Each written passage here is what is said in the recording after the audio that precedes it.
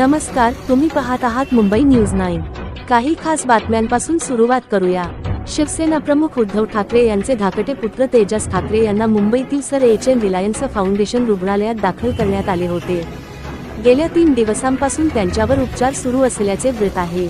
रविवारी फेब्रुवारी 15 रोजी सकाळी उद्धव ठाकरे यांनी त्यांच्या प्रकृतीची विचारपूस करण्यासाठी स्वतः रुग्णालयात भेट दिली। तेजस ठाकरे यांची प्रकृती खालावल्याने त्यांना 3 दिवसांपूर्वी रुग्णालयात दाखल करण्यात आले होते। डॉक्टरांच्या देखरेखीखाली त्यांच्यावर सतत उपचार सुरू आहेत। तथापि त्यांच्या आजाराच्या स्वरूपाबाबत कोणतीही अधिकृत माहिती जाहीर करण्यात आलेली नाही।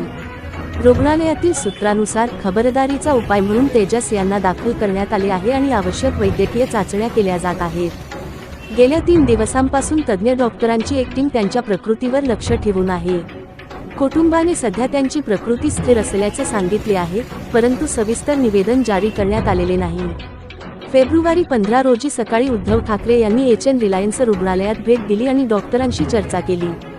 त्यांनी त्यांच्या मुलाच्या प्रकृतीची विचारपूस केली आणि रुग्णालयात काही वेळ घालवला।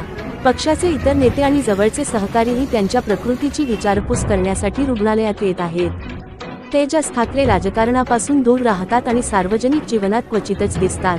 त्यांनी जय हिंद कॉलेज आणि बॉम्बे स्कॉटिश स्कूलमध्ये शिक्षण घेतले। ते व्यवसायाने एक संवर्धनवादी आणि वन्यजीव संशोधक आहेत आणि त्यांचा बहुतेक वेळ वन्यजीव संवर्धन कार्यात घालवतात।